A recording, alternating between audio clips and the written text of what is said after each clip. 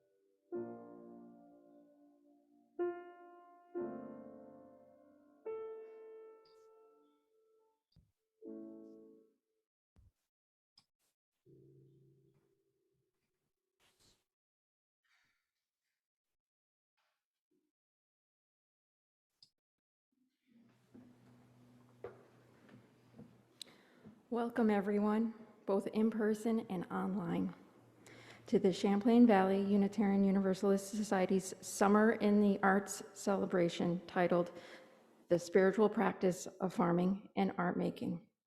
My name is Julia Chant, and I will be serving as worship associate for our guest speaker, Hannah Sessions. Hannah grew up in this congregation, and after graduating from high school, she left to attend Bates College, where she majored in art and political science. She moved back to the area with her husband, Greg Bernhardt, and started Blue Ledge Farm in 2000. Now there's a whole team that made today's service possible. Special thanks to our accompaniants today, Ronnie Romano, to Richard Hopkins and Abby Session for the awesome technical support, to Neil and Julie Chippendale for being our Zoom hosts today, and Alice Beringhausen, for the beautiful flowers. If this is your first time with us, let me just introduce us to you. CVUUS seeks to be an inclusive community that offers spiritual sustenance and religious education. We are open to all who find our commitment to religious integrity and social justice inspiring.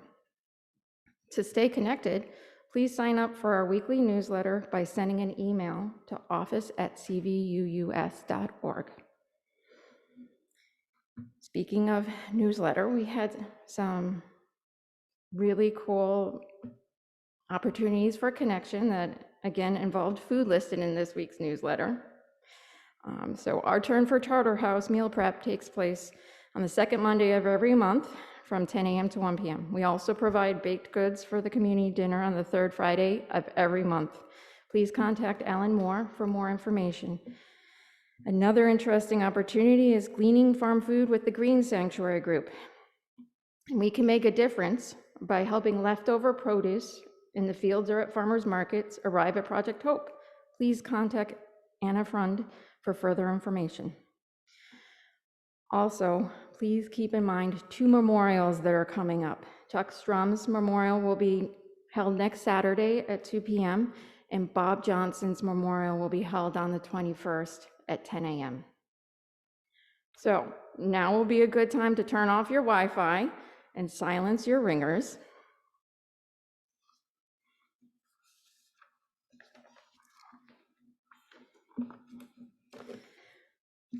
So I picked for today's call to worship a poem by Wendell Berry titled A Homecoming, because it spoke to me of our coming back together to explore again as a congregation. One faith is bondage, 2 are free.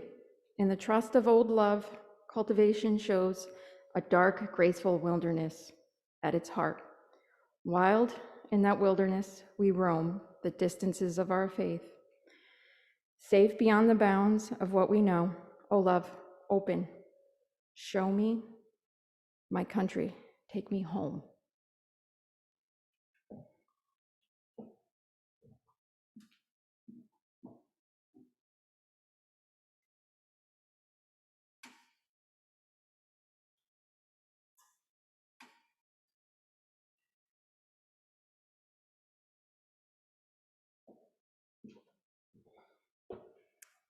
We light our chalice this morning, grateful for all the love that we experience in this beloved community.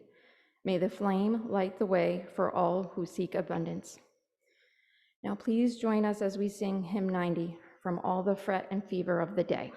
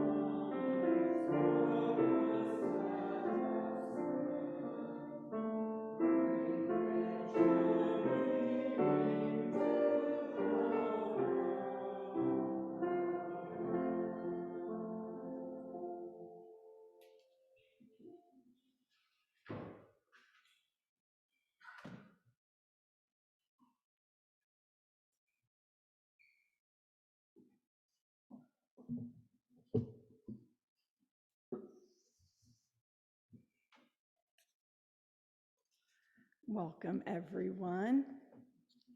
So great to see people and be in the space again. The story for all ages today comes from the book Reading Sweetgrass, which I'm sure many of you are familiar with. I just read it for the first time this summer. Well, I'm about halfway through it. So this story, I think, is so pertinent to what I want to talk about today. And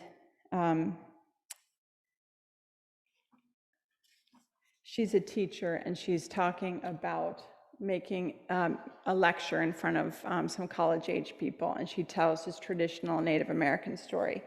Robin Wall Kimmerer is a member of the Potawatomi Nation. She's also a teacher and a mother. So here's the story. The fields had been so generous with the villagers. that the people scarcely needed to work, so they didn't. Hoes leaned against a tree, idle. The people became so lazy that they let the time for corn ceremonies go without a single song of gratitude. They began to use the corn in ways the three sisters had not intended when they gave the people corn as a sacred gift of food. They burned it for fuel when they couldn't be bothered to cut firewood. The dogs dragged it off from the untidy heaps the people made instead of storing the harvest in secure granaries. No one stopped the kids when they kicked ears around the village in their games. Saddened by the lack of respect, the corn spirit decided to leave, to go where she would be appreciated. At first, the people didn't even notice. But the next year, the cornfields were nothing but weeds. The caches were nearly empty, and the grain that had been left untended was moldy and mouse-chewed. There was nothing to eat.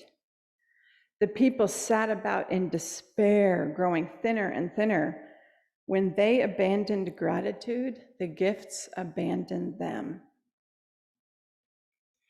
One small child walked out from the village and wandered for hungry days until he found the corn spirit in a sunlit clearing in the woods. He begged her to return to his people. She smiled kindly at him and instructed him to teach his people the gratitude and respect that they had forgotten. Only then would she return. He did as she asked, and after a hard winter without corn, to remind them of the cost, she returned to them in the spring.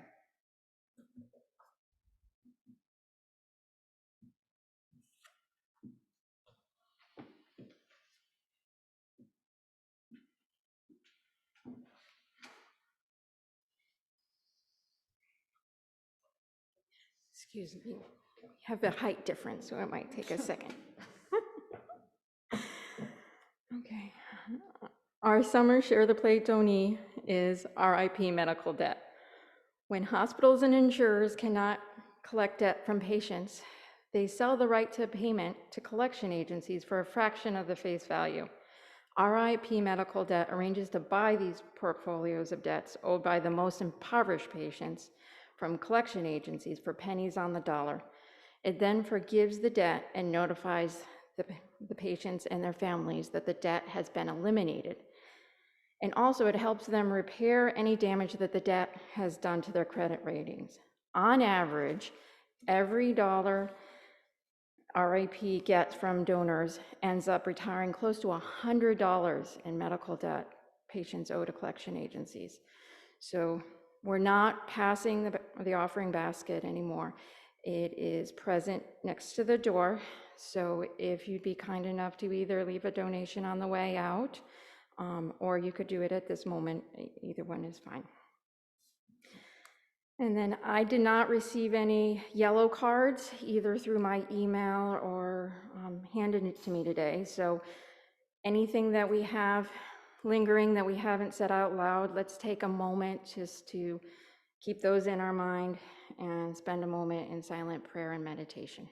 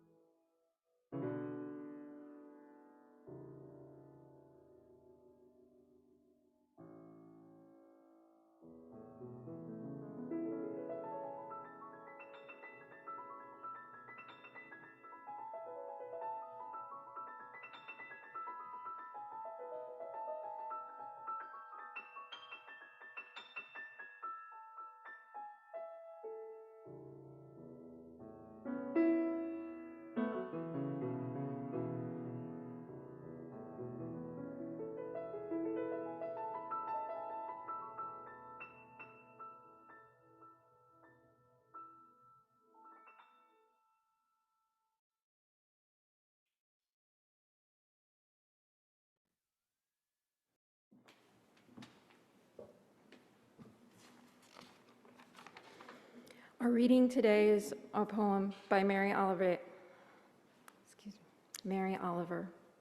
titled Snow Geese.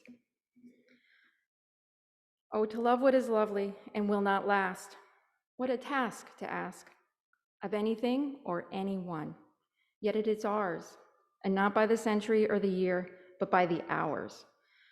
One fall day I heard above me, and above the sting of the wind, a sound I did not know, and my look shot upward. It was a flock of snow geese, winging it faster than the ones we usually see, and being the color of snow, catching the sun. So they were, in part at least, golden. I held my breath, as we do sometimes, to stop time. When something wonderful has touched us, as with a match, which is lit and bright, but does not hurt in the common way, but delightfully, as if delight were the most serious thing you ever felt. The geese flew on. I have never seen them again. Maybe I will, someday, somewhere. Maybe I won't. It doesn't matter. What matters is that when I saw them, as through the veil, secretly, joyfully, clearly.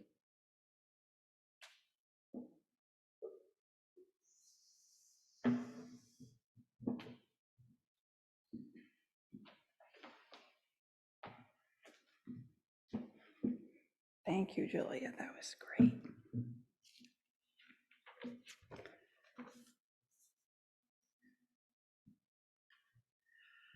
Thank you all for the opportunity to think for some time on this idea of art and farming and where do they meet. Sometimes it takes an assignment to really delve into an idea. And I so appreciated this congregation during the lockdown. And 10 o'clock on Sunday morning, I always looked forward to it.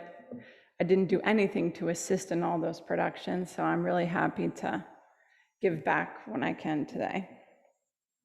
Plus, I can't say no to my mother. I mean, look at her. How can you say no to her? But have you ever explored an idea, a concept, and as it turns out, the more you thought about it, it is the vein that has run through your entire life.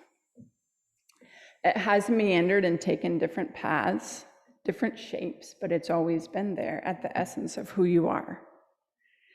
Is that the divine spirit in each of us? Is that God, the spirit of life? Frederick Frank, who wrote this wonderful book called The Zen of Seeing, calls it the absolute. It's so simple yet so profound. I'm so fortunate to have been allowed to follow these two paths as they merge, sometimes onto one path. That's what this journey has been for me, and I thank you for the opportunity to reflect on that. So I start this reflection with a riddle. What lives only in the moment but lasts forever? And what do you plan ahead for but never lasts? What lives only in the moment but lasts forever? And what do you plan ahead for but never lasts? The answer to the first is art. One's goal as an artist is to completely absorb in the moment, into a flow state, to achieve enlightenment, so to speak, by entering into a state of noticing. When one really looks at something and shuts off the judging side of the brain, the side that wants to assign a name or a value to something, the side that wants to create order and rules, when one shuts off the facts of life. The sky is blue, the grass is green, tree trunks are brown, shadows are gray. One is able to really, really see, and the world is truly splendid, there for you to marvel at. Artists call this the flow state, but lots of people can achieve the flow state. Basically, if you have ever lost track of time while doing something, that is a flow state. You have essentially turned off the rational side of your brain, the one that is constantly clock checking. In my experience, flow state is when you do your best work. In his book, The Zen of Seeing, Seeing Drawing as Meditation, which I have owned and revered since my later years in high school, Mr. Frank says, "The good drawings I do are hardly mine. Only the bad ones are mine. For they are the ones where I can't let go, am caught in the me cramp.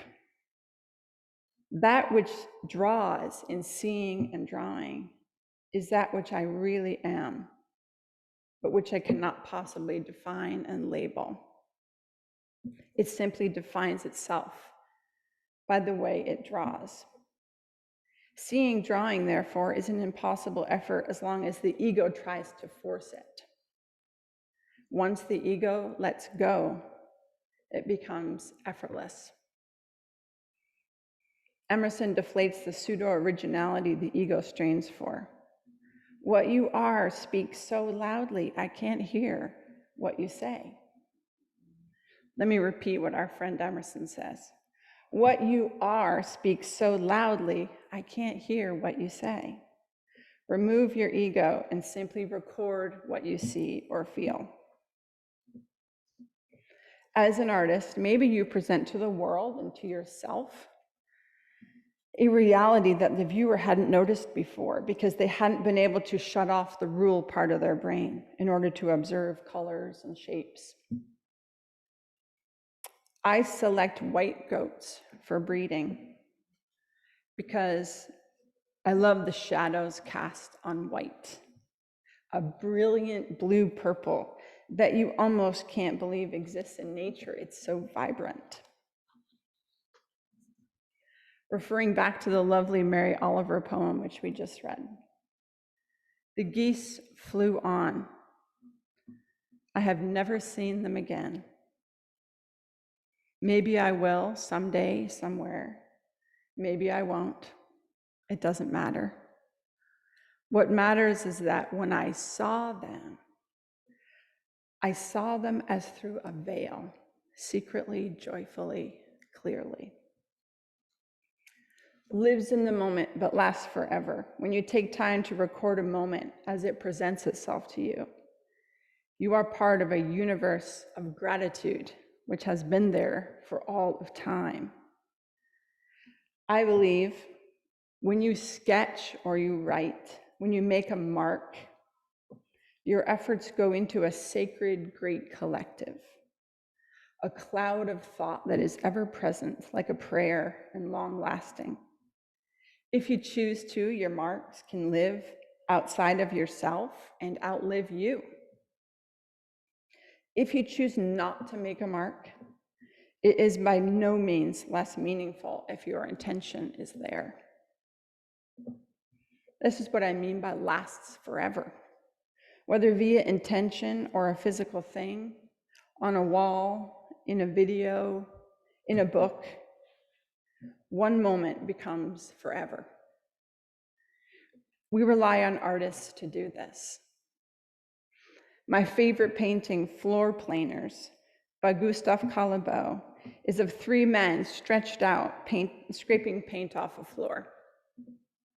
A simple moment of life in 1875, but so real today. One moment lasting forever. Monet set about painting the same cathedral several times a day to record the fleeting and the shifting light as it graced the surface. These are artists portraying life in one moment with a laser focus and an open mind. And we hope with no ego. In writing it down, and lucky us, we get to travel there with them when we see it, hear it, or read it. One moment lasts forever. The reason I'm here today is because I have another side, a possibly conflicting side, which is I make my living also as a farmer. And this brings me back to the other half of my riddle. What do you plan ahead for, but never lasts? What do you plan ahead for, but never lasts? Show me a farmer who isn't spending most waking moments thinking about the future. And I will show you a farmer who probably won't be in business for too long. The name of the game is planning. Planting crops to harvest 3 months from now. Even before that, building soils to plant the crops to harvest 3 months from now. In our case, we're dairy farmers, so the decisions we make now, which offspring to raise, who to keep, has implications over a year down the road. When you go for a loan or a grant, it's all about your business plan. Plan, plan, plan. For the cheese, it's all about predict. Predict, predict, predict. What cheese will be in high demand a month from now, 3 months from now, a year from now? In our case, we make hay, feed and milk animals, and produce 25 tons of cheese in a year. 25 tons of cheese that is hopefully consumed, enjoyed, memories made, health provided, so that people can continue to engage in the world. And then we're right back where we started. If we've planned well, the cheese is gone, the hay is gone, our animals are well fed, and our bank account is solvent. Plan and predict, but nothing lasts. What do you plan ahead for, knowing it will never last? So in my reflecting, I think that out of this work comes a desire and a need to give thanks. And I believe herein lies the merging of art and farming. And I'm certainly not alone. There are a lot of artist farmers out there, Middlebury being one. In her book, Braiding Sweetgrass, Robin Wall Kimmerer writes a lot about this reciprocal loop of bounty and gratitude. She says, "The honorable harvest asks us to give back in reciprocity for what we have been given. Reciprocity helps resolve the moral tension of taking a life by giving in return something of value that sustains the one who sustains us. One of our responsibilities as human people is to find ways to enter into reciprocity with the more than human world. We can do it through gratitude, she says, ceremony, land stewardship, science, art, and in everyday acts of practical reverence. When one is aware of providing sustenance, one is aware of the precious line between abundance and starvation, between thriving and needing. How can you help but feel gratitude, or how can you help but want to, need to express gratitude for the harvest? A lawyer friend helped us with making hay one afternoon. And it turned out to be an afternoon with several baler breakdowns. And he came away saying, "I can't believe we don't all starve." Not many people today experience firsthand the act of growing and harvesting food that one is reliant on for physical or economic survival. And it can be a wake-up call. We are mortal. We have needs. We rely on the earth and on each other to provide for those needs. And on that particular day, we relied on one too many shear bolts as they snapped off due to faulty timing of the baler plunge mechanism, but I digress.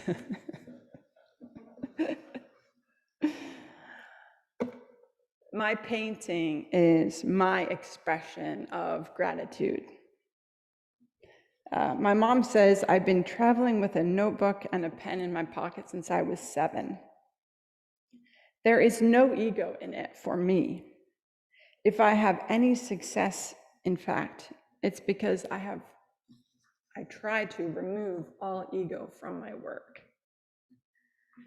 My first memories of drawing what I observed were at age 12, drawing out the window of our van as we traveled across the country.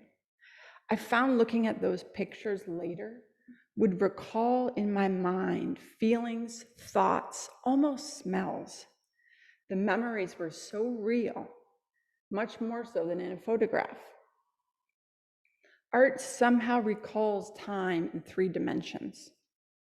Like listening to Ronnie play piano here today in the sanctuary, his music is packed with such feeling and intention that it transports us like a meditation, like a prayer. And it's this intention that brings art to life.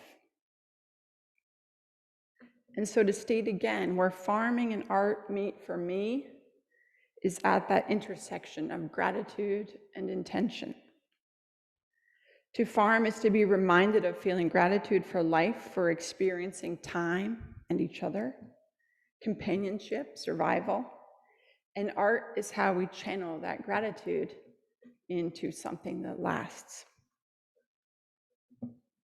The great news is, you don't have to shoulder the burden of 150 acres and 150 goats to stand at the apex of gratitude and intention. You don't have to farm for a living or make 25 tons of cheese to give thanks.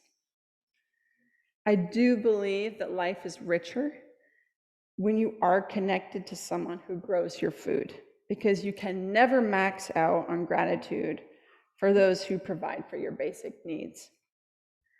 But you can start by simply noticing. Simply appreciate. Sketch a flower, but forget it's a flower. It's simply a collection of lines and shapes coming together. Have you ever really seen without a judging eye? It's easier when you come from a place of gratitude. Blind drawing is how I start most painting sessions, as it activates the creative, non-judging part of my mind.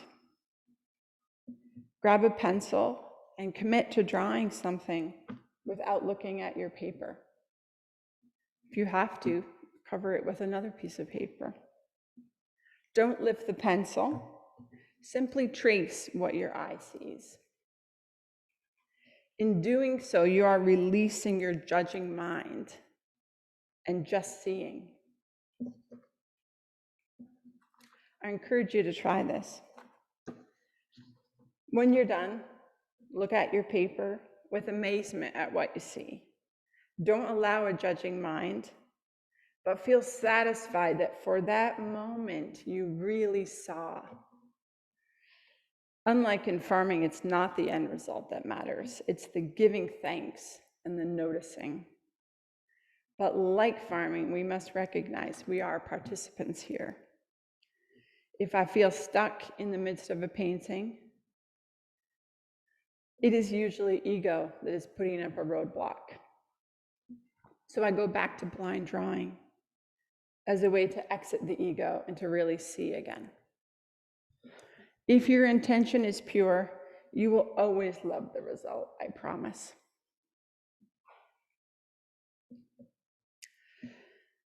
So let us go forth knowing that one can live at the intersection of gratitude and intention, make marks like prayers, and as offerings of thanks for the opportunity to be here.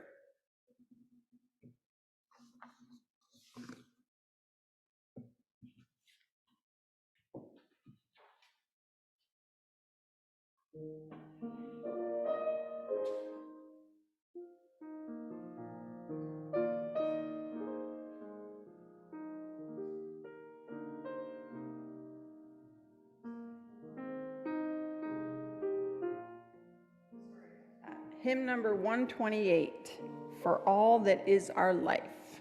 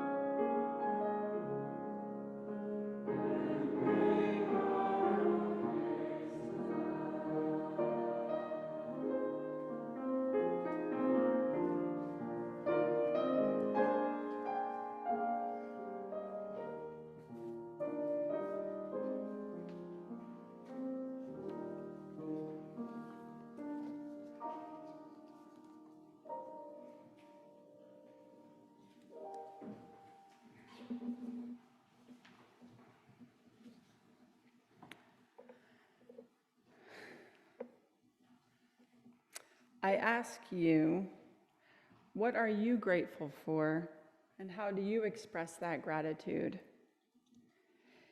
If you met the corn spirit, what would you say by way of heartfelt and eternal thanks? When you hold out your unfurled hand to her, what is sitting in your palm as your offering? Blessed be and amen. And I will extinguish our chalice.